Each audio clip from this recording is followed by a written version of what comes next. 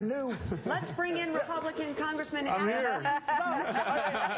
here. Served in the Air Force in both Iraq and Afghanistan. It's the stupidest conversation, and it continues because it makes people feel morally superior while being completely ignorant of this process going back 13 years. Yeah, I mean, look, actually the most effective interrogation, and I experienced this actually in my training, the most effective interrogation is when you're scared, but then the guy comes in, he puts his arm around you and goes, hey, I'm sorry you're going through this. It is what it is. Let's get through this together. Just give me a couple things. And actually, that's the most effective way to interrogate. But when you have, like Donald Trump saying we're going to do a hell of a lot worse than waterboarding, it's silly and doesn't do anything for our national. Never going to happen. It's never going to happen. Doesn't do anything for our national security. And frankly, I just got back from the Middle East, and everybody is asking about comments like this. They're like, is Donald Trump really going to be president? Because this is scary, and he's going to ban everybody and whatever. So, our political conversation has a real impact to our actual national security. You oppose Donald Trump. Is it on these grounds of national security? Could you get there if he hadn't made comments about our alliances with NATO? Yeah.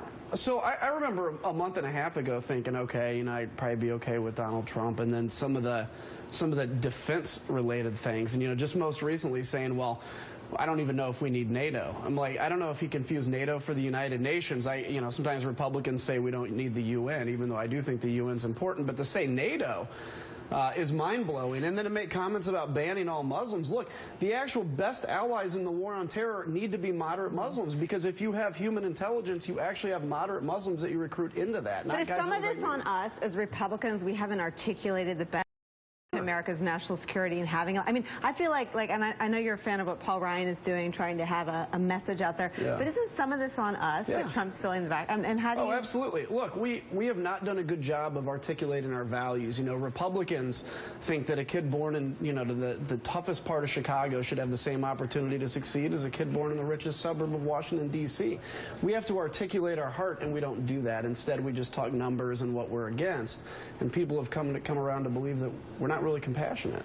John Meacham has a question for the Congressman. John? I'm just curious, Congressman, can you give us an assessment of where you feel the fight against ISIS is at this point?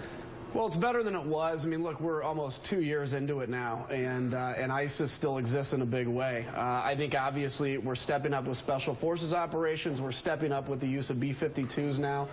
This is all a good thing. My only bigger problem is, this has been 2 years, and we have to have an end game in Syria. This is not going to get fixed until we have an end game in Syria. The president said yesterday... What should that end game be? Well, I think at the end of the day, it's going to have to be a toppling of Assad, because Assad cannot survive and take over control of Syria again. Who replaces Assad?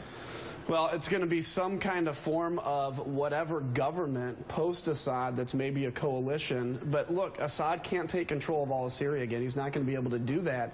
And what about a two-state solution? Yeah, there's going to be it could be a two-state solution. Let Assad for now, for purposes of stability, keep his part, and then have somebody else take the part that ISIS is over. The problem is, though, Assad is the trigger for a lot of this. He is the reason people rose up to rebel in the first place. I was in Israel in 2011, and I remember looking down at the Golan Heights, and they're like, it's a little bit of disturbance in Syria right now. They're starting to rebel against a dictator.